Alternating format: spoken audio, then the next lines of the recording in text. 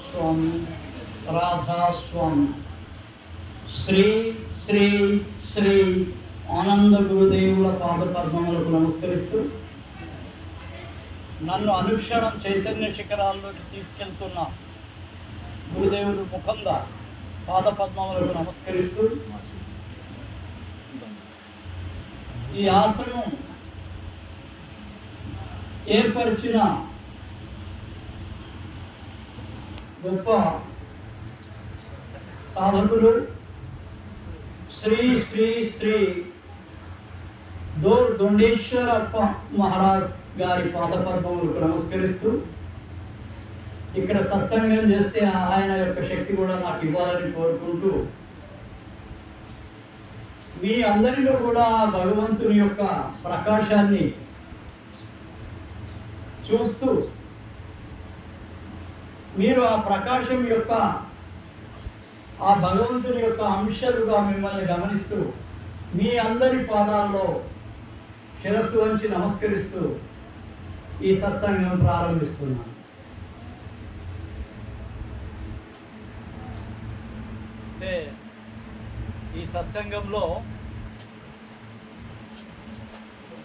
ధ్రువుడు కానీ కబీర్ కానీ నానక్ కానీ వీళ్ళందరూ గొప్ప చదువుకున్నవాడు కాదు. అంటే పరమాత్మ భక్తికి చదువుతో సంబంధం లేదు. పరమాత్మ భక్తికి చదువుతో సంబంధం లేదు. ఎందుకంటే ఎప్పుడు కూడా భగవంతుడి యొక్క నామం జపిస్తూ జపిస్తూ జపిస్తూ ఉంటే సర్వశాస్త్రాల యొక్క జ్ఞానం అంతా వచ్చి చేరుతుంది. చదవాల్సిన పని లేదు.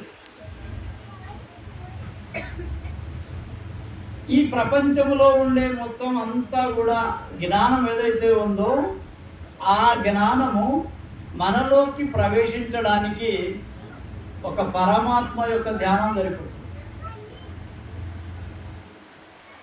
పరమాత్మ ధ్యానం అంటే ఏదో మామూలుగా రోజు రాధాస్వామి లేకపోతే రామ రామ రామ కృష్ణ కృష్ణ అనటం కాదు. तन मन और आत्मा से तन मन आत्मा से एक ही हो जाना. మీ శరీరము మనస్సు ఆత్మ ఏకమై ఎప్పుడైతే ఆ ధారలో నిలుస్తుందో అదే నిజమైనటువంటి అదే నిజమైనటువంటి నామము. రాధాస్వామి రాధాస్వామి రాధాస్వామి అని మనం రాత్రి పగలు కూడా ధ్యానం చేస్తూ ఉన్నా కానీ మనలో గనక ఏకత్వం లేకపోతే శరీరము మనస్సు ఆత్మ ఒకటిగా నిలబెట్టలేకపోతే మన యొక్క ధ్యాస నిలబడినట్లే. ధ్యాస నిలబడటం అంటే ఏంది? ఏ ఆలోచనలు లేకుండా కేవలం భగవత్ నామం మీదనే నిలిచిపోవడం, అది ధ్యాస అంటే. మహారాజ్ మేము గంటల కొద్ది ధ్యానం చేస్తున్నాం కానీ మాకు ఏమీ కూడా అనుభవం కావటం లేదు అని అడుగుతారు. కానీ ఒక విషయం అక్కడ మర్చిపోతున్నారు. మన నిత్య జీవితంలో మనం గురువుగారు చెప్పినట్లుగా నడుస్తున్నామా లేదా అనేది ముఖ్యం. ఏం చెప్తున్నాం? గురువు చెప్పినట్టు నడుచుకుంటేనే మీకు ఆ ధార అనేది ఏర్పడుతుంది, లేకపోతే లేదు. మేమేం చెప్తాము? ఎప్పుడు కూడా భగవంతుడిని ధ్యానం చేస్తూ ఉండు, పరులకు నష్టం చేయకు, సత్యంతో ప్రవర్తించు, మద్యము మాంసము నిషేధం చేసుకో, నీ లాభం కోసం ఎదుట వాళ్ళని బలి చేయు. నీ లాభం కోసం ఎదుట వాళ్ళని బలి చేయకూడదు. నీవు అంతర్ముఖుడమై ఉన్నప్పుడు నీ ఆలోచనలు ఒక స్థిరంగా ఒకే ధ్యాస మీద ఉంటున్నాయా లేదా అనేది వీటి మీదనే ఆధారపడి ఉంటుంది. మనమాండు సొల్రాయ్ అసలు ఎందుకు ధ్యానం కుదరదంటే ఇదే కారణం. మనం చాలా తప్పులు చేస్తూ ఉంటాం. ఏం తప్పులు చేస్తాము? అనవసరమైన మాటలు ఎక్కువగా మాట్లాడతాం. పరులను మనము ఏంటంటే వాళ్ళ తప్పుల గురించే మాట్లాడతాం, కానీ మనలో ఉండే తప్పుల గురించి మనం ఎప్పుడన్నా ఆలోచించామా? మనం చాలా ఎక్కువ మాట్లాడతాం, మహాజ్ఞానులు తక్కువ మాట్లాడతారు. మహాజ్ఞానులు ఎక్కువ చాలా తక్కువ మాట్లాడతారు. అవసరం ఉంటే మాట్లాడతారు, లేకపోతే లేదు. వాళ్ళ ధ్యాసలోనే వాళ్ళు ఉంటారు. ఎందుకు అంటే ఒకళ్లకు హాని కలిగేటువంటి మాటలు, ఒకళ్ళకి నష్టం కలిగించేటువంటి మాటలు, వాళ్ళ మనస్సుని బాధ పెట్టేటువంటి మాటల వలన మీరు స్థిరంగా ఉండలేరు. మీరు స్థిరంగా ఉండాలన్నా, మనసు స్థిరంగా ఉండాలన్నా, భగవత్నామము సరి అయినటువంటి రీతిలో నడవాలన్నా లోపల మీకేం కావాలా? మీ నిత్య జీవితంలో మీ యొక్క జీవితము ఈ యొక్క కార్యక్రమాలతో నడుస్తుందా లేదా అనేది ఎప్పుడూ పరిశీలించుకోవాలి. నీకు నువ్వే టెస్టర్వి. ఇప్పుడు కరెంట్ ఉందా లేదా అని ఇట్లా టెస్ట్ పెట్టి చూస్తాం. కృష్ణ దాంట్లో లైట్ వెలిగినలోనే కరెంట్ ఉందా అన్నాం, ఏమి అంతేనా? మరి ఇది మనలో వెలుగుతుందా లేదా అనేది ఎట్లా చూసుకోవాలి? మన లోపల ఎన్ని తప్పులు నడుస్తున్నాయి? మన థర్మామీటర్ నోట్లో పెట్టడంలోనే థర్మామీటర్లో ఏముంటుంది? అదంతా టెంపరేచర్ బయటకు వస్తుంది. మొత్తం కూడా మెర్క్యూరీ చూపిస్తూ ఉంటుంది, ఇంత 5 డిగ్రీల జ్వరం ఉంది అని చెప్పి చూపిస్తుంది. మనలో కూడా మనల్ని టెస్ట్ చేసుకోవడం, మనల్ని మనం పరిశీలించుకోవడం, భగవంతుడు మనకి ఒక అంతరాత్మ అనే ఒక పదార్థాన్ని ఇచ్చాడు. ఏమిచ్చాడు? అంతరాత్మ. ఈ అంతరాత్మ భగవంతుడు సర్వాంతర్యామి. ఇంకో మాట మాట్లాడతాం మనం ఇప్పుడు భగవంతుడి గురించి చెప్పినప్పుడు, సర్వశక్తిమంతుడు, సర్వాంతర్యామి. భగవంతునికి తెలియదంటూ ఏమీ లేదు. భగవంతుని యొక్క శక్తి కంటే శక్తి మించింది ఏదీ లేదు.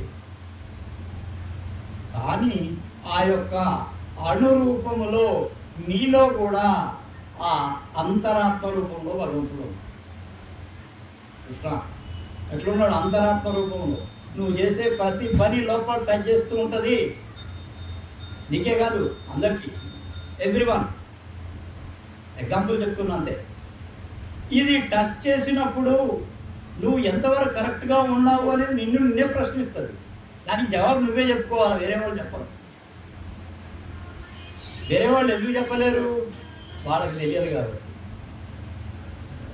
అంటుండే ఆనందరావు మహారాజు అంటుండే ఒక మాట, అయ్యా మంది కళ్ళు కప్పుతావయ్యా నువ్వు, కానీ లోపల దాన్ని కప్పుతావయ్యా ఏమంటుండే నా అన్నలు మహారాజు అంటుండే అప్పుడప్పుడు, మందికి మస్తు వీళ్ళు కళ్ళు కప్పుతారు, కానీ వాళ్ళ లోపల దాని కళ్ళు కప్పుతారా వీళ్ళు? అది ఎప్పుడు చెప్తానే ఉంటుంది కదా. మరి అట్లాంటప్పుడు వీళ్ళు ఎందుకు తప్పులు చేస్తారు? ఇంకా మందికి నీతులు చెప్తారు. ఇంకా మందికి నీతులు చెప్పడానికి అందరు చెప్తారు, కానీ నీతుల వలన వచ్చేది ఏమీ లేదు. నువ్వు నిశ్శబ్దంగా ఉంటే అంతకంటే గొప్ప మనిషి. ఏమంటున్నా? మనం నిశ్శబ్దంగా ఉండాలి. ఎప్పుడైతే నిశ్శబ్ద స్థితిలోకి వెళ్ళిపోతుందో, మనస్సు ఆలోచన లేనటువంటి స్థితిలోకి వెళ్ళిపోతుందో, అదే నిజమైనటువంటి ధ్యానము. అదే భగవంతుని యొక్క అన్వేషణకు ఒక రూపము.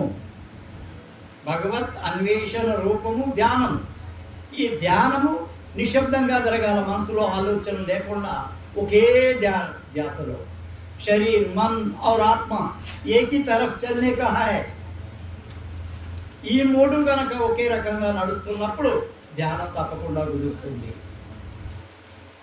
ఇప్పుడు ధ్రువుడు కానీ, మీరా కానీ, నానక్ కానీ, లేకపోతే కబీర్ కానీ, వీళ్ళందరూ పెద్దగా చదువుకోలేదు. ఇంకా మీరా కొద్దిగా చదువుకుంది, ఎందుకంటే ఆమె రాకుమార్తె కాబట్టి. కానీ వీళ్ళైతే అసలేం చదవలేదు కదా. కబీర్ కానీ, నానక్ కానీ వీళ్ళైతే ఏమి ఎక్కువ చదవలేదు. కానీ వాళ్ళల్లో దైవ జ్ఞానము అనేది, దేవునికి సంబంధించినటువంటి శక్తిని వాళ్ళు అంతర్గతంగా పొందారు. వాళ్ళ నోట్లో నుంచి ఏ మాట వచ్చినా అది సత్యమవుతుంది. ఒకసారి గురు నానక్ దేవ్ కాబా వెళ్ళాడు. వాళ్ళకి మతాల గురించి పెద్దగా పట్టించి ఉండదు ఈ మహాత్ములకి ఎవరికైనా. కబీర్ కానీ నానక్ కానీ గొప్ప పై స్థాయిలోకి పోయిన వాళ్ళకి అన్ని మతాలు ఒకడే మానవుడు అంతే. ఈ మతాలు కులాలు ఇవన్నీ ఏమి ఉండవు. ఈ పై స్థాయికి పోయే కొద్దీ ఇవన్నీ మనకి లుప్తమైపోతుంటాయి. ఇప్పుడు విమానంలో వెళ్తూ ఉంటాం, ల్యాండ్ అయితే అదేమవుతుంది, టేకాఫ్ తీసుకుంటుంది విమానం, ఇట్లా వెళ్తా పైకి పోతూ ఉండదు. కొంత దూరం పోయేదాకా ఈ భూమి మీద ఉండేటువంటి అన్ని ఇళ్ళు అవి ఇవి కనపడుతూ ఉంటాయి. చాలా పైకి పోయిన తర్వాత అసలు ఏమీ కనపడదు, ఏమీ కనపడదు. ఇక ఈ యొక్క కింద ఉండే మేఘాలు మీద నుంచి పైకి పోతే మేఘాలు కనపడతాయి, లేకపోతే కింద ఉండే ఆనవాళ్ళు ఏమీ ఉండవు. అట్లనే పై స్థాయికి పోయే కొద్దీ, ధ్యాన స్థితిలో పై స్థాయికి పోయే కొద్దీ ఇదంతా శూన్యంగానే కనిపిస్తుంది. देखो भाई उधर है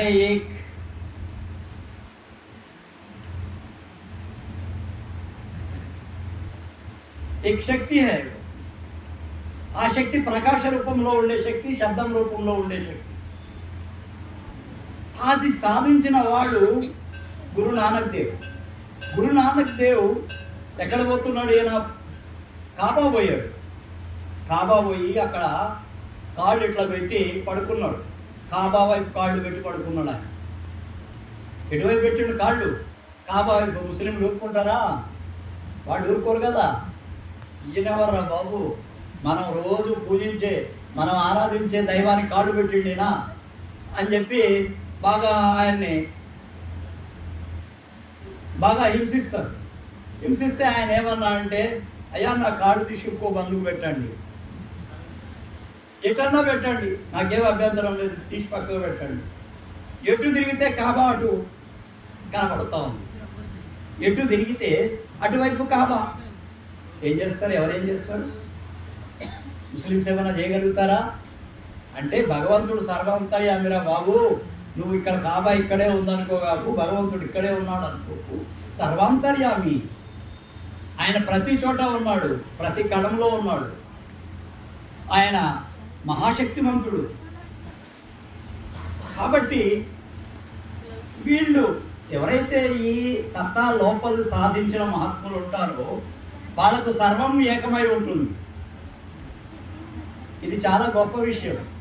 సర్వం ఏకం కావటం అని అంటే ఉన్నదంతా ఒకటే, అఖండ శక్తి. అఖండ హో జానా. అఖండము అంటే ఖండము లేనిది. దేర్ ఇస్ నో డివిజన్ అట. దానికి డివిజన్స్ లేవు. అంతా ఒక్కటే, అంతా ఒక్కటే. అన్నిట్లో కూడా ఒకే శక్తి ఉన్నప్పుడు అంతా ఏకంగా ఒకటిగా కనిపిస్తుంది మనకి. ఆ శక్తి సాధించినప్పుడు. ఒకసారి గౌతమ బుద్ధుడిని ఆయనకు సాక్షాత్కారం జరిగిన తర్వాత, భగవత్ సాక్షాత్కారం జరిగిన తర్వాత ప్రతి అడుగు వేస్తుంటే ప్రతి అడుగు మొత్తం భూమి మీద వేసినట్టుగానే ఉంది. ప్రతి ఆకు మీద ఇట్లా కాలు పడిందంటే తనకు బాధ కలుగుతూ ఉన్నది. సర్వం ఏకమైనప్పుడు ఇట్లాంటి అనుభూతులు కలుగుతాయి. ఏమవుతుంది? మొత్తం అంతా ఒకటిగా కనిపిస్తూ ఉంటుంది. నువ్వు ఎక్కడైతే కాలు పెట్టినా కానీ, ఏ జంతువు కానీ హింస జరుగుతున్నా కానీ ఆ హింస నీలోకి ఎంటర్ అవుతుంది.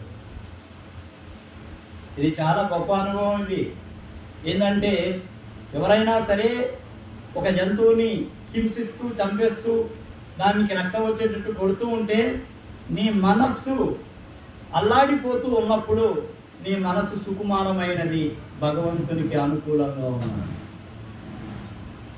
ఈ బాధ, ఎదుట వాళ్ళ యొక్క బాధ విపరీతంగా మనం సహించలేక మనసు సున్నితం కనుక అయినట్లయితే, ఈ సున్నితమైనటువంటి మనస్సు ఏదైతే ఉందో అది భగవంతుడు ప్రవేశించటానికి అనువైన శరీరము. ఎట్లా ఉన్నావా? ఎట్లా ప్రవేశిస్తాడు? ఆ స్థాయిలో ఉన్నప్పుడే భగవంతుడు అనురూపంలో ప్రవేశిస్తాడు. అఖండమైపోతే, అంతా ఒకటైపోతే, అంతా ఒకటిగా చూడగలిగితే, సమదర్శిని. ఏంటి నీకు ఆ పేరు ఎందుకు ఇచ్చినాను? అన్నిటినీ సమానంగా చూడు. ఇది చాలా గొప్ప విషయం. సమదర్శిని, అన్నిటినీ సమానంగా చూసే శక్తి. ఎట్లా చూడగలుగుతారు? అన్నిట్లో ఈయన చూస్తే ఒక రకంగా కనపడతాడు, ఆయన చూస్తే ఇంకో రకంగా కనిపిస్తాడు, ఇంకొక ఆయన ఇంకో రకంగా ఉంటాడు. దొంగని జ్ఞానిని ఒకటే రకంగా చూసేటువంటి మనస్సు కలిగి ఉండటమే సమతాస్థితి. సమతాస్థితి అంటే ఏంటి? ఊరికనే ధ్యానం చేస్తే సమతాస్థితి రావాలంటే చాలా కాలం పట్టడానికి కారణం అదే. ఏంటంటే మీరు ధ్యానం చేస్తూ చేస్తూ చేస్తూ ఉంటారు, కానీ మీలో ఉండేటువంటి కొన్ని అనవసరమైనటువంటి కొన్ని మీలో బ్లాక్స్గా ఏర్పడి ఉంటాయి, లోపల ఉంటాయి. అవి బయటకు పోవు. అవి ఏం చేస్తుంటాయి అంటే అవి మీరు ప్రయాణం చేస్తూ ఉన్నప్పుడు, మీరు పైకి ప్రయాణం చేస్తున్నప్పుడు ధ్యానంలో అవి పట్టుకొని కింద దింపేస్తాయి. అవి ఏం చేస్తాయి? పై నుంచి కింద దింపేస్తాయి. ఒకసారి యేసుక్రీస్తు ఒక ఊర్లో ప్రవేశిస్తాడు. ఒక ఆమె, ఒక సౌందర్యవతి, ఒక వేశ్య, అక్కడ ఉండేటువంటి మొత్తం రాజులు మహారాజులకి అందరికీ కూడా ఆమె గొప్ప ఆరాధ్య దేవత, ఆమె గొప్ప అందగత్తె. ఆమె ఒక సవాల్ చేస్తుంది, నేను యేసుక్రీస్తును కూడా నా చెంగు కట్టుకుంటాను, నేను చెప్పినట్టు ఆడిస్తాను ఆయన్ని అని ఒక శపథం చేస్తుంది. అప్పటికే ఆమెతోటి బాగా ఆమె సాహచర్యంలో ఉన్నటువంటి ఒక పెద్ద ధనవంతుడు, అతని పేరు తడయేసు, అతన్ని లోపరుచుకుంటుంది. కానీ యేసు దగ్గరికి వచ్చిన తర్వాత తడయేసు ఆమెను వదిలిపెట్టేశాడు. నాకు నువ్వు అవసరం లేదు, నాకు యేసే కావాలి, యేసే నాకు దైవం, నువ్వు కాదు అని చెప్పి వదిలిపెట్టాడు. ఆమె ఎన్నోసార్లు ప్రయత్నం చేస్తుంది తడయేసుని మళ్ళా దగ్గర తెచ్చుకోవాలి, కానీ అతను రాలేడు. కానీ ఇదే సవాల్ విసిరింది, నేను యేసును కూడా నా యొక్క పాదాల చెంతకు తెచ్చుకోగలుగుతానని. కానీ ఒక్కసారి యేసు ముందుకు వచ్చిందా? ఏం చేసింది? యేసు ముందుకు వచ్చింది. యేసు ఒక్కసారి ఆమె కళ్ళల్లో చూస్తే ఆమెలో 7 రకాలైనటువంటి పాపాలు శరీరంలో నుంచి బయటికి వెళ్ళిపోయింది. 7 sins. అహంకారం, లోభం, తర్వాత ఈ అసూయ, తర్వాత ఈ అందం మీద ఉండే మమకారము, ఇవన్నీ మొత్తం 7 గుణాలు, చెడు గుణాలన్నీ మొత్తం కూడా అవి ఒక్కోటి మొత్తం కూడా ఆమెలో నుంచి వెళ్ళిపోయిన తర్వాత ఏం చేస్తుంది? ఏమా మా శిష్యుడు అంతా 7 దయ్యాలు వెళ్ళిపోయినాయి శరీరం నుంచి. పదం 7 దయ్యాలు శరీరంలో నుంచి వెళ్ళిపోయినాయా? She surrendered him. ఏం చేసింది ఆమె? వెంటనే వచ్చి యేసు కాళ్ళు పట్టుకుంది గట్టిగా. యేసు కాళ్ళు పట్టుకొని ఇక ఆ తర్వాత ఎప్పుడు కూడా ఆమె యేసుని విడవలేదు. ఇక కళ్ళతోటి నీళ్లతోటి ఆమె యొక్క జడతోటి ఆ కళ్ళ నీళ్లు పాదాలపై పడితే వాటినన్నింటినీ తుడిసేదాన్ని. కన్నీరు ధారాపాతంగా వర్షించి యేసు పాదాల మీద పడితే తన జడ యొక్క వెంట్రుకలతోటి యేసు పాదాలను ఏం చేస్తుండే? శుభ్రం చేస్తుండే. That is the power of God. అది సత్తా. ఊరికనే కాదు, ఊరికనే వస్తుందా? ఎవరికైనా పవర్ భగవంతుని యొక్క రూపాలు అవి. భగవంతుడే దిగొచ్చాడు ఒక మనిషి రూపంలో, యేసు రూపంలో కానీ, ఆది సంత్ కబీర్ రూపంలో కానీ, గురు నానక్ దేవ్ రూపంలో కానీ, రాముడు రూపంలో కానీ, కృష్ణుడు రూపంలో కానీ, రామకృష్ణ పరమహంస రూపంలో కానీ. ఎవరు గొప్పవాళ్ళు ఉంటే వాళ్ళ యొక్క లోపలికి ఆ యొక్క శక్తి ఎంటర్ అవుతుంది. వాళ్ళు మనుషులుగా కనిపిస్తారు, కానీ లోపల ఉండేది దైవశక్తి, దైవమే. ఎందుకు తీసుకుంటారు అలా జన్మ అంటే, ఇక్కడున్నటువంటి ఆయన ఏ మహాత్ముని సంసర్గంలోకి వీళ్ళు వస్తారో వాళ్ళకు ఆ దైవం యొక్క శక్తి రుచి చూపించడం కోసం వీళ్ళు దిగి వస్తారు. వీళ్ళు వచ్చేది అందుకు. ఏదో నాకు ఒక 1000 మంది శిష్యులు, నా వెంట ఒక పెద్ద జులూసు, నా వెంట అది చేయాలి ఇది చేయాలి, వీటి కోసం ఎవరు రారు. గొప్ప గొప్ప మహాత్ములు ఎవ్వరు కూడా వాళ్ళ శిష్యగణముతోటి ఏదో పేరు ప్రఖ్యాతులు పొందాలని లేకపోతే ఏదో కిరీటాలు పెట్టుకోవాలని రారు. ఒకవేళ అట్లా జరిపితే వాళ్ళు నిజమైనటువంటి గురుస్థానంలో ఉండరు. అర్థమైందా? గురుస్థానంలో ఉండేవాడికి ఎక్కువ మందితో అవసరం లేదు. 10 మంది ఉన్నా చాలయా, వాళ్ళలో నిజమైనటువంటి భగవత్ శక్తి మేల్కొల్పేవాడే గురువు. అందరు కాదు, అందరు గురువులు ఎట్లయితారు? చేస్తారు, ప్రయత్నం చేస్తారు, ఒక గురువుగా చేస్తూ ఉంటాడు. కానీ అతనిలో ఈ రామకృష్ణ పరమహంస ఎప్పుడు ఏం చెప్తుండే, ఆయన ఒకటే చెప్తాడు, కాంచనం, శ్రీ మరియు కాంచనం ఈ రెండింటిని దూరం పెట్టమంటారు. కామము కాంచనం ఈ రెండింటిని దూరం పెట్టారు, అప్పుడే నిజంగా భగవంతుని యొక్క దారి ఏర్పడుతుంది అంటాడు. అంటే బంగారం అంటే డబ్బు, దాని అర్థమైందంటే ఓన్లీ ఈ బంగారము అనే దానికి మనం పర్యాయపదంగా ఈ సంపదను తీసుకోవచ్చు. సంపద నువ్వు ఏ రూపంలో ఉన్నా. ఇటు స్త్రీ అంటే నీకు వ్యామోహం, ఒక వ్యక్తి పట్ల పూర్తిగా ఏమంటాం దాని వ్యామోహంలో ఉండడం. కామిని కాంచనాలు వీటిని దూరంగా ఉంచండి అంటాడు రామకృష్ణ పరమహంస. భగవంతుడి యొక్క దారిలో పోతున్నప్పుడు మనం సంసారులమై ఉన్నప్పటికీ కూడా ఆ దారిలో పోతుంటే భగవత్ శక్తిలోకి ప్రవేశిస్తుంటే ఈ ఒక్కోటి దారిస్తూ తప్పుకుపోతాయి. కృష్ణ ఇంటలా ఒక్కోటి అవే జరుగుతాయి, నువ్వు జరిపేది ఏం అవసరం లేదు. ఎప్పుడైతే ఆ ఇంటెన్సిటీ, ఆ తీవ్రత, ఆ గురుభక్తి అది నీలో పూర్తిగా ఎంటర్ అయ్యింది అని అంటే నిన్ను ఆపేది ఎవరు లేరు. నీ దారి రహదారి అంతే, ఒకటే దారిలో వెళ్ళిపోతావు. నీ పక్కన ఎవరున్నా ఏమున్నా ఎవరు ఆపలేరు. ఇక ఆ శక్తి అట్లాంటిది. ఇవి ఉండొద్దు, ఈ ఆశ వ్యామోహము ఈ అన్నీ కూడా పట్టుకునేటివి. ధ్యానంలో ఎందుకు కింద పడిపోతారు? ఊరికేనే ధ్యానం చేస్తూ ఉన్నప్పుడు ఊరకనే ఎందుకు కింద పడిపోతారు? ఏ వ్యామోహాల వలన ఏదో ఒకటి అడ్డం వస్తుంది. మీరు చేసిన పాత జీవితం కథలు, లేకపోతే రాబోయే కాలం గురించి ఆలోచనలు, లేకపోతే మరేదో మిమ్మల్ని ఏం చేస్తుంది, కిందకి దింపేస్తూ ఉంటుంది. ఎప్పుడైతే మీరు ఇవన్నిటిని కూడా దూరం పెట్టగలిగే శక్తి మీలో వచ్చింది అని అంటే మీరు ఆ భగవంతునికి చాలా సమీపంగా ఉన్నారని లెక్కేస్తారు. మీరు ధ్యానం చేస్తూ ఉంటారు, మొత్తం శక్తి అంతా తీసుకొచ్చి భూమధ్యంలో పెట్టడమే ముఖ్యమైన పని. దీంట్లో రాధాస్వామిలో మేము చెప్పేది ఒకటే, అయ్యా మీ యొక్క నడవడికి సరిగా ఉంచుకోండి, గురువు చెప్పింది ఆచరించండి, మీ మొత్తం శరీరంలో ఉండే శక్తినంతా తీసుకొచ్చి ఈ భూమధ్యంలో నిలపండి. అప్పుడు ప్రకాశం ఏర్పడుతుంది, అప్పుడే శబ్దం ప్రారంభమవుతుంది. ప్రకాశం శబ్దం కాక ప్రపంచంలో మరే శక్తి లేదు. ప్రపంచం పుట్టడానికి కారణం శబ్దము.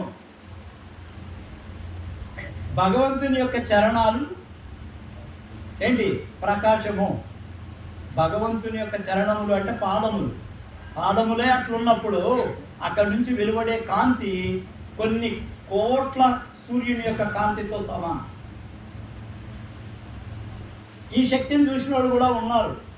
ఎవరికైనా ఎందుకో అక్కడక్కడ చదివి చెప్పేటి కాదు ఇవి. ఒక ఆయన బ్రహ్మ పదార్థం ఏందో తెలుసుకోవాలని కూర్చున్నాడు ఒక మహాత్ముని దగ్గర, ఒక మహాత్ముని యొక్క దర్బార్.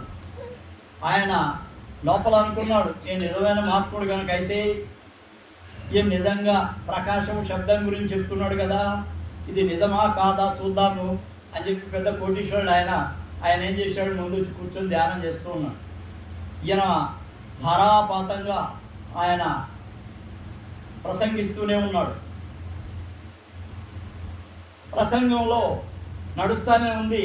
ఆ ముందున్న అతను దబేమని కింద పడిపోయాడు. ఏమైపోయాడు?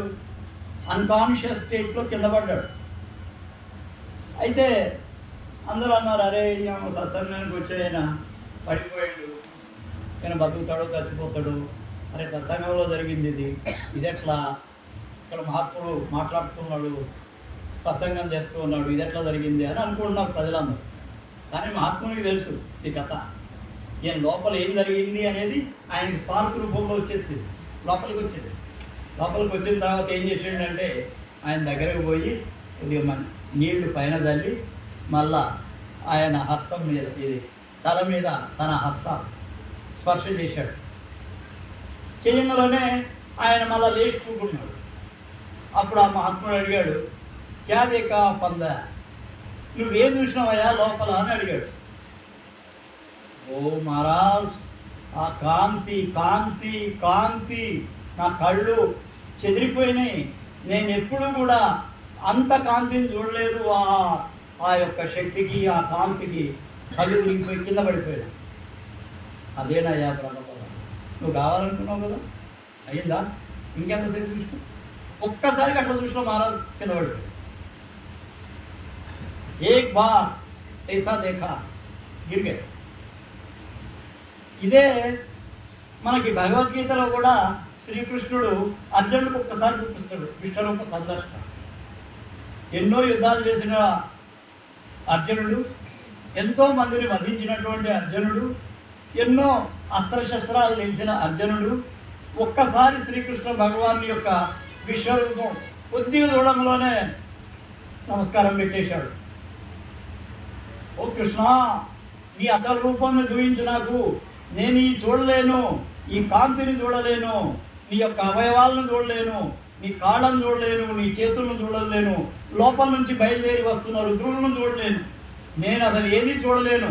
లోకాలన్నీ కింద మీద అయిపోతున్నాయి, కొన్ని మునిగిపోతున్నాయి, కొన్ని తేలుతున్నాయి, అనేకంగా ఉంది పరిస్థితి. కృష్ణ, నన్ను రక్షించు, నీ దివ్యమైన మామూలు రూపాన్ని నాకు చూపించు అన్నాడు.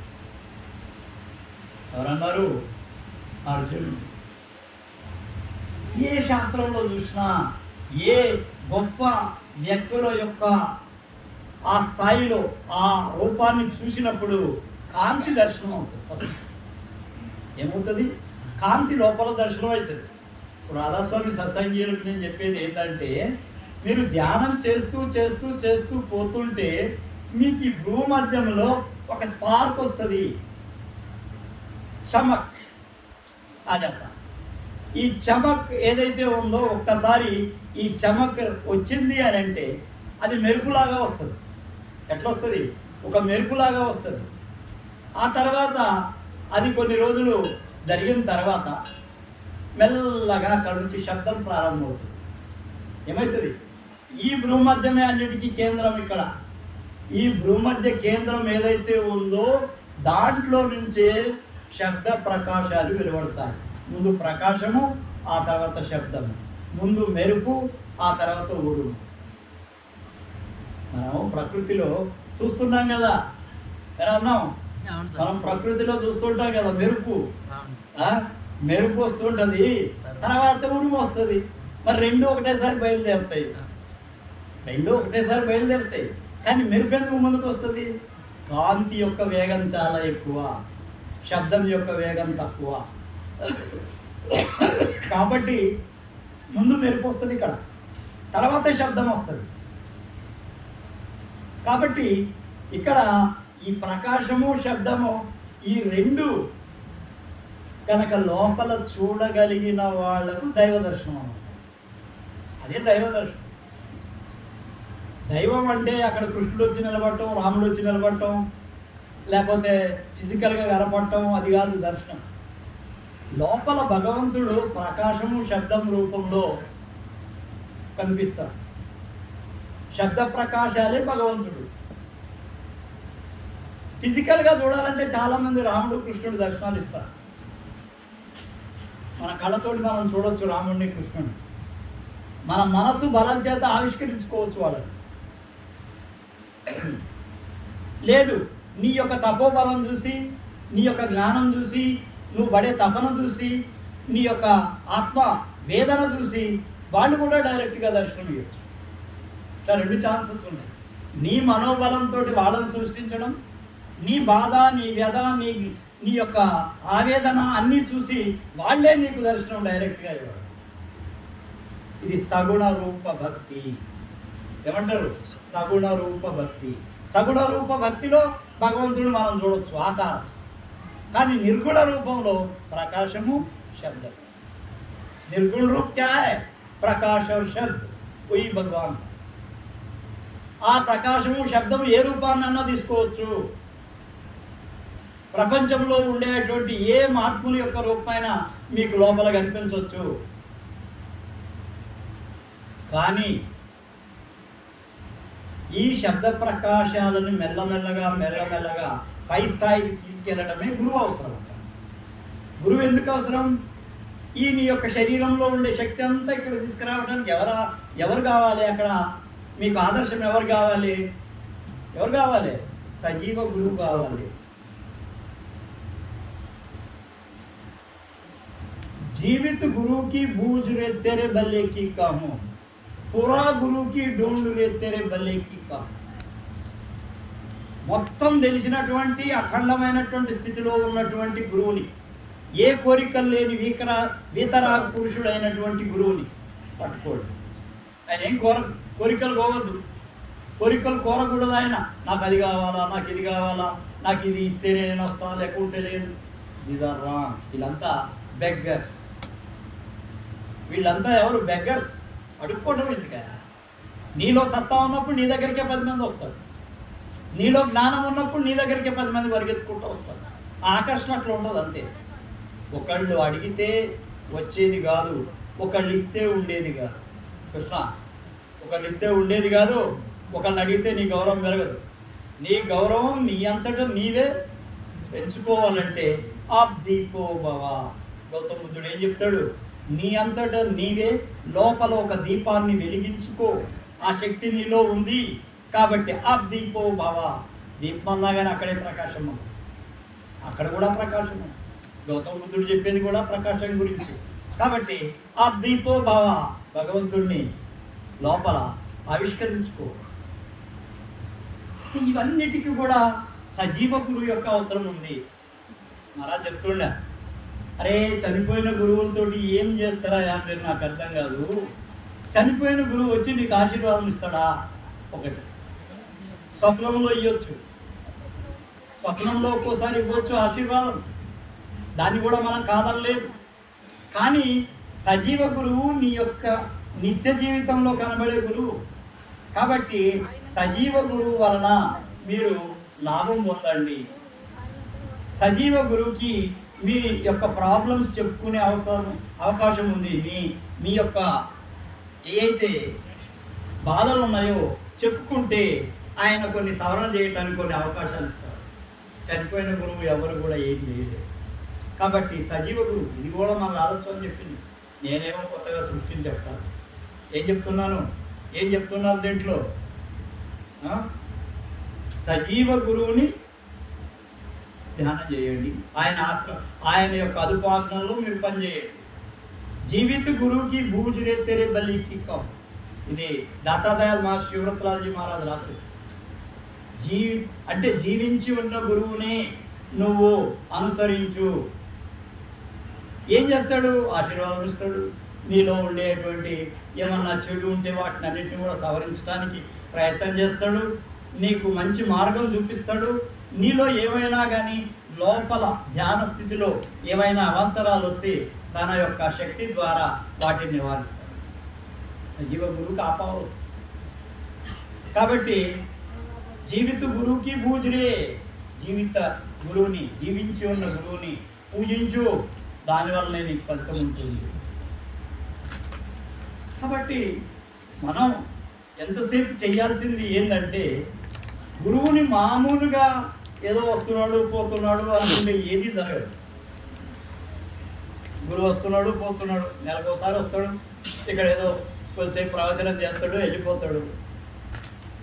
గురువు అనే ఆయన్ని మనసులో నిలుపుకోవాలా, లోపల నిలుపుకోవాలి. నేను లోపలికి రావడానికి మీరు సహకరించాలి అంటున్నారా? నేను మీ హృదయం లోపలికి చొచ్చుకొని పోవడానికి నాకు అవకాశం ఇవ్వాలి అంటే, మీరు ఓపెన్ హార్ట్ తోటి ఉన్నప్పుడు, తెరిచిన హృదయంతో ఉన్నప్పుడు నేను మీలోకి వస్తాను. ఏ గురువైనా, నేనే అంటే నేనే కాదు, ఇక్కడ ఏ గురువైనా మంచి స్థాయిలో ఉన్నటువంటి గురువు లోపలికి రావాలి అని అంటే నువ్వు హృదయాన్ని ఓపెన్ చేసి ఉంచు. దాంట్లోకి ఆయన ఎంటర్ అవుతాడు. ఎంటర్ అవటం ఏంది? శరీరంతో ఎంటర్ అవుతాడా? కాదు, తన యొక్క అంతర్ముఖములో ఉండేటువంటి జ్ఞాన దృష్టిని లోపలికి ప్రసరిస్తాడు. అవి గాట్ ద ఐడియా మిస్టర్ అర్మాండ్లు. ఐడియా వచ్చింది కదా. ఇప్పుడు గురువు అక్కడ ఎంటర్ అవ్వటం అంటే ఏంది?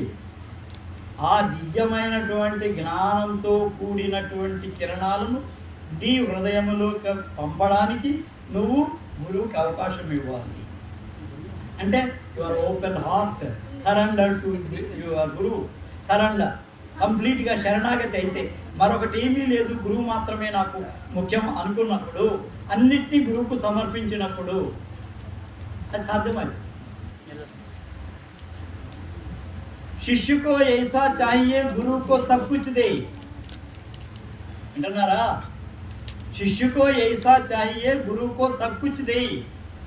गुरु को ऐसा चाहिए शिष्य कुछ न. అరే నీ సర్వం గురువుకి అర్పణ చేయవయ్యా. కానీ గురువు ఎట్లా ఉండాలా?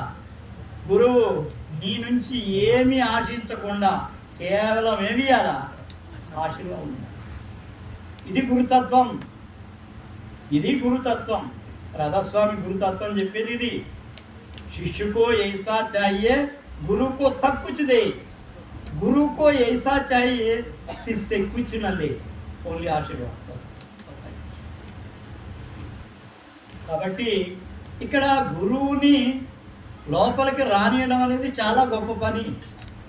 అది అందరితోటి కాదు అనుకుంటున్నారేమో. గురువు దగ్గర వచ్చి పాదాభివందనం చేసినాం, గురువు యొక్క ఆశీర్వాదం తీసుకున్నాం, అంతా అయిపోయింది, ఇక మాకు అన్నీ అయిపోతాయి అనుకోవటం ఒకటి భ్రమ. మీ కర్మను మీరు మోయాల్సిందే. కాకపోతే గురువు చేసేది ఏంటంటే మీ కర్మలని మీ అంత బరువు లేకుండా దాన్ని ఈజీగా తొలగిస్తాడు. మీకు ఒక పై నుంచి ఒక పెద్ద బండరాయి వస్తుందనుకో, అదే సమయానికి అది దొర్లి నీ నెత్తి మీద పడే టయానికి నిన్ను పక్కకు తిప్పుతాడు అంతే. వింటున్నావా? అది గురువు చేసే పని. ఎందుకు గురువు ఆ పని చేస్తాడు? నిజంగా గురువు ఉంటాడు అక్కడ? లేదు, గురువు ఉండడు. ఏముంటుంది? నీ భక్తి, నీ జ్ఞానం, నీ సమర్పణ, ఇవన్నీ ఆ టైంలో పక్కకు తిప్పేస్తాయి నేను అంతే. కాబట్టి గురువును సంపూర్ణంగా నమ్ముకున్నటువంటి వాళ్ళు ఎవరైతే ఉంటారో వాళ్ళకు చాలా వరకు బాధలు ఒక స్వప్నంలాగా వెళ్ళిపోతాయి. బాధలు ఎట్లా వెళ్ళిపోతాయి? ఒక స్వప్నంలా. ప్రపంచంలో ఎవరైనా దుఃఖపడిన వాళ్ళు ఉంటారా? చెప్పండి. ప్రపంచంలో మొత్తం తన జీవితం అంతా ఏడ్చేవాళ్ళే ఉంటారా? తన జీవితం అంతా నవ్వేవాళ్ళే ఉంటారా? ఇది రెండింటి యొక్క కలయిక జీవితం. There is sorrow, there is joy also. ఎక్కడైతే దుఃఖం ఉంటుంది, ఒకవైపు ఆనందం కూడా ఉంటుంది. ఒకవేళ ఒక ఇంట్లో ఎవరైనా చనిపోయారనుకో, వాళ్ళు పాపం ఏడుస్తారు. ఒక రోజు ఏడుస్తారు, 2 రోజులు ఏడుస్తారు, 3 రోజులు ఏడుస్తారు, 4 రోజులు ఏడవలేరు. కారణం కళ్ళలో నీళ్లు ఆగిపోయినాయి అని కాదు, మనస్సు చెరిపేస్తుంది. లోపల ఉండేటువంటి ఒక శక్తి నువ్వు ఎంత ఏడ్చినా ఇంతే రారు, నువ్వు ఎందుకు ఏడవటం, హాయిగా అన్నం తిని కొద్దిగా హాయిగా పడుకో, కొద్దిగా విశ్రాంతి తీసుకో. కొన్ని రోజుల్లో ఆ భగవంతుడు ఈ మరుపు అనే దాంతో దీన్ని ఏం చేసేస్తాడు? అది మూసేస్తాడు. అట్లయితే ప్రతి ఇంట్లో చచ్చిపోతే వీడు కూడా చచ్చిపోవాలి. అందరూ చచ్చిపోతున్నారా? చచ్చిపోలేరు. ఎందుకంటే మరుపు అనేది ఇచ్చాడు భగవంతుడు. భగవంతుడు చేసిన ప్రతి క్రియ కూడా ఏది అన్నీ సంపూర్ణంగానే ఉంటాయి. ఫుల్ ప్యాక్డ్గా ఇచ్చేసాడు మనకి లైఫ్ని. ఇప్పుడు గిఫ్ట్ ప్యాక్లు వస్తున్నాయి చూసారా? గిఫ్ట్ ప్యాక్ లోపల ఒక గిఫ్ట్ పెట్టేసి పైన అన్నీ పెట్టేసి వాడు పైన పేరు రాసి ఇచ్చేస్తాడు. గిఫ్ట్ ప్యాక్ అది ఎందుకు? నేను సంతోషపరచడానికి. గిఫ్ట్ ఎందుకు ఇస్తారా? సంతోషపరచడానికి కదా రమేష్, అంతే కదా? సంతోషపరచడానికి ఇస్తాడు. భగవంతుడు కూడా మన జీవితాన్ని నువ్వు ఏ విధంగా గడపాలో ఒక గిఫ్ట్ ప్యాక్ చేసేసి నీకు ఇచ్చేస్తాడు. ఇవి ఇక్కడ రాసేస్తాడు, కూరబాబు నీకు ఇచ్చేసాడు. ఆ దుఃఖాలు ఎన్ని ఉన్నాయి అనుభవించాల్సిందే, ఎన్ని సంతోషాలు అనుభవించాల్సిందే, ఎన్ని రకాలైనటువంటి అవమానాలు ఎన్ని సన్మానాలు కూడా అనుభవించాల్సిందే. సన్మానాలు ఉంటాయి, అవమానాలు ఉంటాయి, బాధ ఉంటుంది, ఆనందం ఉంటుంది. ఈ జీవితమే అది. దీన్ని ఎవరో వచ్చి ఏదో మార్పు చేయటం అనేది కర్మలు అనుభవించాల్సిందే.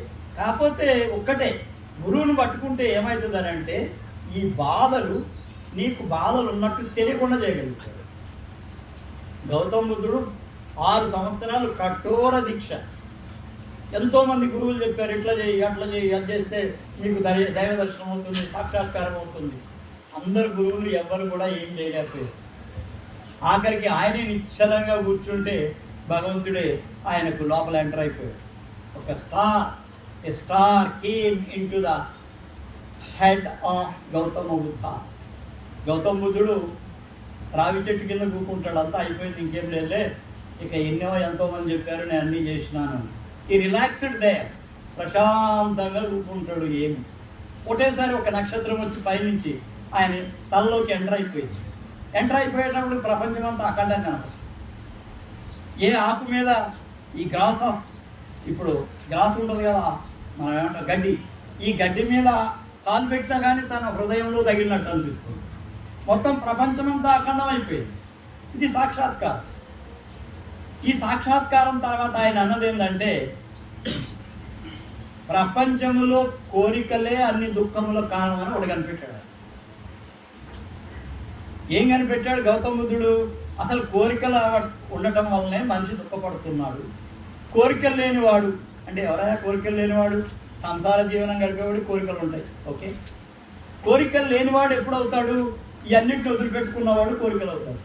గౌతమ బుద్ధుడిలాగా అక్కడ పోయి సమాధి స్థితిలోకి వెళ్ళిపోయి ఉన్నప్పుడు నీకు సమాధి కలిగిందంటే, లోపల స్థిరమైపోయిందంటే, ఏ ఆలోచనలు లేనటువంటి స్థాయిలోకి నువ్వు వెళ్ళావంటే ఈ దుఃఖాలు, సంతోషాలు, ఆనందాలు, అవమానాలు, సన్మానాలు అన్నీ క్లోజ్ అయిపోతాయి.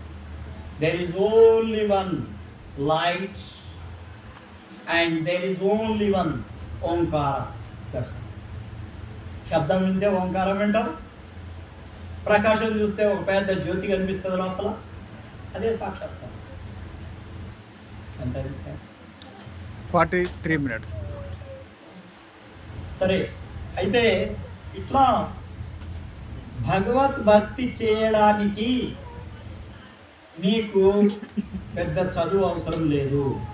ఇది టాపిక్ అంతే కదా. భగవత్ భక్తి చేయటానికి పెద్ద శాస్త్ర జ్ఞానం అవసరం లేదు, పెద్ద పురాణాలు వినాల్సిన అవసరం లేదు. మీరు పురాణాలు, అష్టాదశ పురాణాలు విన్న తర్వాత ఎవరు గొప్ప అంటే ఏమీ చెప్పలేదు.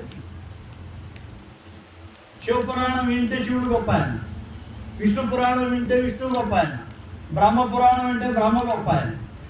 కానీ వీళ్ళకందరికీ అతీతమైన శక్తి ఏదైతే ఉందో అదే నిజమైంది. అది సాధించడానికి ఏమీ చదవాల్సిన పని లేదు. నిర్మలమైన హృదయం కలిగి ఉండటమే భగవంతుని ప్రతిష్ఠించుకోవడానికి ప్రతిష్ఠించుకోవడానికి కావలసిన స్థలం.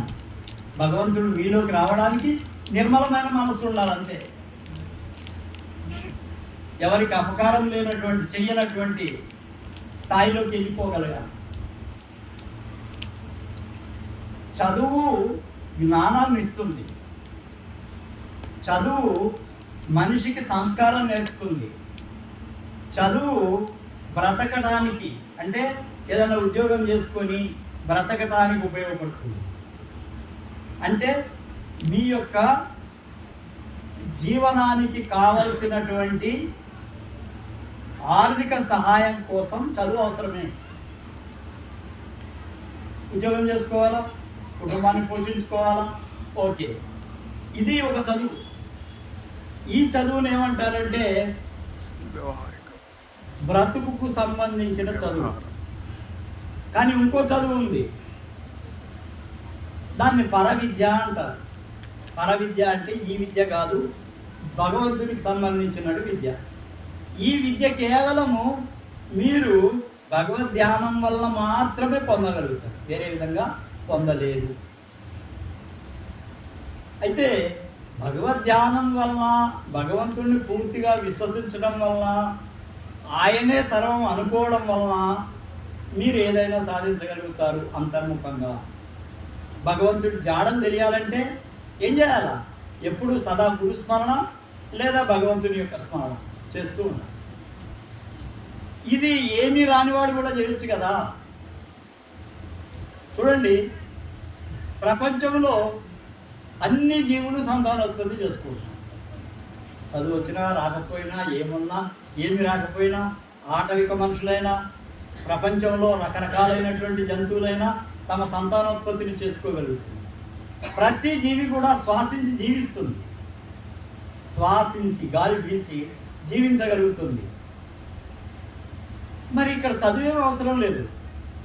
మరి శ్వాసించడం అంటే మా హనుమానుడు బాధ ఉచ్ఛ్వాసం నిశ్వాసము, లోపల గాలి పీల్చుకోవడం, బయట కార్బన్ డైఆక్సైడ్ వదలడం, ఈ రెండింటినే మనం శ్వాస అంటాము. ఇది నీకు నువ్వు తెలిసి చేయగలవు, ఏమీ తెలియనటువంటి వాటికి కూడా అది జరుగుతూనే ఉంటుంది.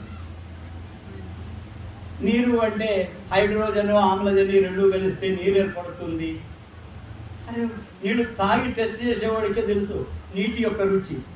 ఎన్ని గ్రంథాలు చదివి ఎన్ని దాని మీద తీసేసి రాస్తే నీరు అనగా హైడ్రోజను ఆమ్లజని, ఇది ఇట్లా ఏర్పడుతుంది, దీన్ని ఈ విధంగా మనం తయారు చేయవచ్చును. అని ఇవన్నీ తయారు చేసి అవి చదివేది ఎందుకు ఆయన? ఒక గ్లాస్ మంచినీళ్ళు తాగితే అదేందో తెలుస్తుంది. నేను తాగమంటున్నా, మీరు చదువుతామంటున్నారు. ఎట్లా? కృష్ణ అర్థమైంది ఆ పాయింట్. ఇక్కడ టేస్ట్ అందరికా హోనా చాయే. ఎన్ని గ్రంథాలు చదివితే ఏమొస్తుందా? లోపల నీకు అనుభవం కానీ ఎన్ని గ్రంథాలు అయితే ఏం లాభం చెప్పు? లోపల దాన్ని చూడాలి అని అంటే నిరంతరంగా ధ్యానం చేయాలి. గురువు చెప్పేది నిజమా అబద్ధమా? ఒక ఆయన నన్ను ఒకసారి ఒక టెస్ట్ చేసి ఒక ఆయన నన్ను ఒకసారి ఒక టెస్ట్ చేశాడు. ఆ టెస్ట్ ముకుందరెడ్డి మహారాజును చేశాడు, ఆ తర్వాత నన్ను చేశాడు. అంటే ముకుందరెడ్డి మహారాజులో ఉండే శక్తి ఈయనకు ఉందా లేదా అనేది ఆయన ప్రశ్న. అయితే చేశాడు. అది ఏం ప్రశ్న కూడా చెప్తా, ఎందుకంటే క్లియర్ కావాలి కదా, చెప్పాలి కదా. అదేంటంటే ఒకసారి నిజాం సాగర్ ఎండిపోయింది. ఆయన ముకుందరెడ్డి మహారాజ్ దగ్గరికి వచ్చి, మహారాజ్ అసలు ప్రజలు ఎట్లా బతుకుతారు? నిజాం సాగర్ ఎండిపోయింది, రైతులు చాలా కష్టపడుతున్నారు, పంటలు పండవు, ఇది ఎట్లా మహారాజ్ అంటే ఆయన అన్నాడు, అయ్యో వచ్చినావు కదా కూకో, నా పక్కన కూకో, కొద్దిగా తిందాము అని చెప్పి తినబెట్టాడు. మహారాజ్ చాలా ప్రాక్టికల్గా చేస్తాడు ఏం చేసినా. అయితే ఏం చేస్తాడు, ఆయన కూకోబెట్టి తినిపించిన తర్వాత 1-2 రోజుల్లో బాగా వర్షం పడి నిజాం సాగర్ నిండి. అది ఆయన ఎక్స్పెరిమెంట్. ఈ మహారాజ్ దగ్గర చాలా శక్తి ఉంది, మనకేమన్నా ఇది వర్షం పట్టడం ఎట్లా అనుకుని అన్న ఆ నిజాం సాగర్ నిండిపోయింది అని చెప్పి ఆ రోజు నుంచి ఆయన మీద భక్తి పెంచుకున్నాడు. ఆయన పోయాడు. తర్వాత మహారాజ్ గారు తన అవతారం పరిసమాప్తం చేసుకొని వెళ్ళిపోయాడు. ఇప్పుడు ఆయనకు ఒక డౌట్ మళ్ళా అదే వ్యక్తికి ఏంటంటే, ఈయన దగ్గర శక్తి ఉందా? ఉంటుంది కదా. ఎవరిని నమ్మాలని? ఇప్పుడు ఆయన పోయిండు, ఇప్పుడు ఎవరిని నమ్మాలని? ఇక వచ్చి నా దగ్గరికి వచ్చి, మహారాజ్ దేశంలో చాలా కష్ట పరిస్థితులు ఏర్పడ్డాయి, చూడండి అన్ని రాష్ట్రాల్లో కూడా ప్రజలు చాలా తహతాలు ఆడుతున్నాడు, వర్షాలు లేవు, ఎట్లా మహారాజ్ ఇది? సరే మంచిది అని చెప్పి, నువ్వేం బాధపడకు నాయన దాని గురించి, సరే చెప్పినావు కదా మంచిది. 1 వారం రోజులు ఎడతెరిపి లేకుండా వర్షాలు కురిశాయి. చెప్పిన రెండో రోజు నుంచి ఎక్కడ హిమాచల్ ప్రదేశ్ నుంచి మొత్తం బార్డర్ అంతా కూడా విపరీతమైన వర్షాలు అన్నమాట. మళ్ళా ఆయనే దగ్గరకు వచ్చి, మహారాజ్ బాగా వర్షాల వల్ల అంతా ప్రజలు నష్టపోతున్నారు, అంతా ఖరాబ్ అయిపోతుంది, ఇదంతా కూడా మీ దయ మహారాజు, ఇంకా 2 రోజులు ఒడ్డుపెట్టు తగ్గిపో. ఇంకొకసారి చెప్పిన ఆయన, ఇట్లాంటి ప్రయోగాలు ఇంకొకసారి ఇట్లాంటి ప్రయోగాలు ఎప్పుడు చేయ, గురువులతో ఆటలాడు, ప్రకృతికి వ్యతిరేకంగా మేము పోము, లేదో అయిపోయింది, అడిగినాం చూపించడం అయిపోయింది, ఇంకొకసారి ఎప్పుడు ఇట్లాంటి పరిస్థితిని మా దగ్గర తేవద్దు, నువ్వు అడగకూడదు, ప్రకృతికి విరుద్ధమైన పనులు చేయకూడదు గురువు ఇక నీకు ఏదో లోపల అనుమానం ఉంది కదా, అది వెళ్ళిపోయింది కదా ఇప్పుడు. అప్పుడు నమ్మిండు ఆయన. అంటే ప్రాక్టికల్గా వాళ్ళకి అనుభవం అయితేనే తెలుస్తుంది అన్నట్టు. తర్వాత పాపం నిజం చెప్పుకోవాలి, ఆ తర్వాత నన్నే ఫాలో అయ్యాడు. ఇక 100% మహారాజ్ నువ్వు రాజకీయాలు బంద్ చేసుకున్నావు, బంద్ చేసేది. ఇట్లా ఏంటి అంటే గురువుల్ని పరిశీలించడం అనేది కొంతమంది చేస్తూ ఉంటారు, కానీ అయితే కాదు. ఎందుకంటే ప్రకృతికి విరుద్ధంగా ఏ పనులు చేయకూడదు ఎవరు. భగవంతుడు ఏ ఉద్దేశంతో ఇక్కడ కరువు ఏర్పాటు చేశాడు, ఎందుకు దాంట్లో నువ్వెందుకు వెళ్ళి భగవంతుడు చేయాల్సింది భగవంతుడు చేస్తూనే ఉంటాడు. నువ్వు కేవలం ఏం చేయాలి అంటే 10 మందిలో భక్తి, జ్ఞానము, శక్తిని డెవలప్ చేయడానికి, అభివృద్ధి చేయడానికి నీ యొక్క సహకారంతో ఎంత అయితే అంత చేయి. అదే అంతకు తప్పితే ఇంకా వేరే విషయాలలో మనం జోక్యం చేసుకోవాలి. కాబట్టి 51 minutes. కాబట్టి మీ అందరికీ ఒకటే విషయం, పెద్ద చదువులు అవసరం లేదు దీంట్లో. ఎప్పుడు కూడా భగవద్ధ్యానం చేయండి, నిష్కల్మషమైన మనస్సుతోటి చేయండి. తప్పులు చేయొద్దు, వేరే వాళ్ళని దూషించొద్దు. వేరే వాళ్ళని దూషిస్తే వాళ్ళ పాపాలన్నీ మీకు వస్తాయి. ఇది షిరిడి సాయిబాబా ఎన్నోసార్లు చెప్పాడు. వేరే వాళ్ళని దూషించొద్దు. వాడు దూషిస్తే మనల్ని దూషించిండనుకో మనలో ఉండేటువంటి పాపాలన్నీ వాడికి పోతాయట. వాడిని దూషిస్తే వాళ్ళలో ఉండేవి మనకు వస్తాయి. ఒకసారి ఒక ఆయన ఇట్లనే మీకున్న బాధలు ఏంటియో మొత్తం అక్కడ రాసి ఒక కుప్ప పోయండి అని చెప్పాడు. అనుమానం ఇది జాగ్రత్తగా. ఎవరన్నాడు ఆయన, నీకో బాధ ఉంది, నాకు ఉద్యోగం రాలేదు, లేకపోతే నా పిల్లవాడికి ఇంజనీరింగ్లో సీట్ రాలేదు. సరే, ఇట్లా అందరు బాధలు రాశారు, ఒక కుప్ప పోశారు. అది ఆయన చెప్పాడు, ఆ గురువు చెప్పిండు, సరేనాయా మీకు ఎంతమందికి బాధలు ఉన్నాయి కదా, మీరందరూ అక్కడ వేసారు కదా, మరి మీరు పోయి మీకు ఏ చిట్టి వస్తే ఆ చిట్టి తీయాడు, అది మీరు మొయ్యాలి. అది మీరు మొయ్యాలి. వాడి కడుపులో నిప్పుంది అన్నాడు అనుకో, మహారాజు నాకు కడుపులో నిప్పుంది తగ్గాలి, నువ్వు తీసుకుంటే నీకు వస్తుంది, తీసుకుంటే నీకు వస్తుంది. మహారాజ్ మా పిల్లవాడికి ఉద్యోగం లేదు, ఉద్యోగం ఇవ్వాలా, అది నీకు వస్తుంది, అరే నేనెట్లా ఇస్తా. అయితే ఇట్లా చేసేటప్పటికి అక్కడ కుప్పగా పోసినటువంటి అవి ఏదైతే ఉన్నాయో అవి ఎవ్వరు ముట్టలేదు. ఇక మహారాజు వద్దు, మాకు వేరే వాళ్ళ పరిస్థితి వద్దు, మాకుంటే చాలు, మీరుంటే చాలు, అంతే, మీరుంటే చాలు మాకు, ఇంకా ఎందుకు ఇవన్నీ, ఇవన్నీ ఎవ్వరికి మేము వేయటానికి రెడీగా లేదు. అందుకనే వేరే వాళ్ళ భారం మీరు వేసుకోకండి, మీ భారం మీరు దించుకోండి. ఏమా రోజు అంటావు కదా, మహారాజ్ మీ దయ, మీ దయ ఉంటే అయిపోతుంది, మీరు ఏది ఆశీర్వాదం ఇస్తే అయిపోతుంది, కానీ డబ్బులు అమ్మడం వాడు ఒక్కటే నీకు చెప్పేది, you don't go back of the money will come back you, that's all. నువ్వు అది మర్చిపోయినావు అనుకో డబ్బులు నీ వెనక పరిగెత్తాయి. నువ్వు డబ్బుల కోసం పరిగెత్తినావు అనుకో అవి కింద దించుకోండి ఉంటుంది, ఎప్పుడో అవమానం. వద్దు, నువ్వు చేసే పని పర్ఫెక్ట్గా చేయాలంతే. పర్ఫెక్ట్గా చేసినప్పుడు అయ్యే వస్తాయి. ప్యాకేజ్ ఎందుకు రాదు? మంచిగా పనిచేసి నిజమైన భక్తితోటి, నిజమైన శ్రద్ధతోటి, నిజమైనటువంటి నీ యొక్క సృజనా శక్తితోటి నువ్వు చేసినప్పుడు డబ్బులు నీ ఎమ్మడ పరిగెత్తాయి. నువ్వు అడగాల్సిన పని లేదు. అవునా? ఇది నా సందేశం. ఆయనకు ఒక్కడికి అనుకునేది అందరికి అదే. డబ్బు వెనక పడితే అవమానం, డబ్బు వెనక పడితే మనకు అవమానం, డబ్బు మనెమ్మడ పడితే అప్పుడు మనకు సంతోషం. డబ్బు ఎట్లా పడుతుంది అంటే మనం కరెక్ట్గా ఉన్నప్పుడు ఆటోమేటిక్గా వెనక నుంచి అయ్యే వస్తాం. అది ఎన్ని వస్తున్నాయో మనకు అనవసరం. అట్లా ఆలోచన దాని మీదకి పోనీయదు. మళ్ళా వచ్చేటివి వస్తాయి, మనం వస్తున్నాయి. కృష్ణ పొద్దున్న లేచి కష్టపడతాడు, చెప్తాడు, ఒక ఆకారం తీసుకొస్తాడు, వాళ్ళు ఇస్తారు, కొన్ని రూపాయలు ఇస్తారు, వాటితో జీవనం గడుపుతాడు, సంతోషంగా ఉంటాడు. మరి నాకు చేసినా కదా, వాడు 50 రూపాయలు బదులు 100 రూపాయలు ఇస్తే బాగుండు అని అనుకున్నావు అనుకో, దాన్ని ఏమంటారు? ఆశ, అత్యాశ. అత్యాశ. ఈ అత్యాశ అయిపోవద్దు అంటున్నా. You do your work perfectly. ఈ పర్ఫెక్ట్గా చేసినప్పుడే నీకు పర్ఫెక్ట్గా డబ్బులు వచ్చేస్తాయి, అవి కరెక్ట్గా పనిచేస్తాయి కూడా. నిచ్చదా వింటున్నావా? అది కావాలి. సరే, అందరికీ రాధాస్వామి రాధాస్వామి రాధాస్వామి రాధాస్వామి. చరణ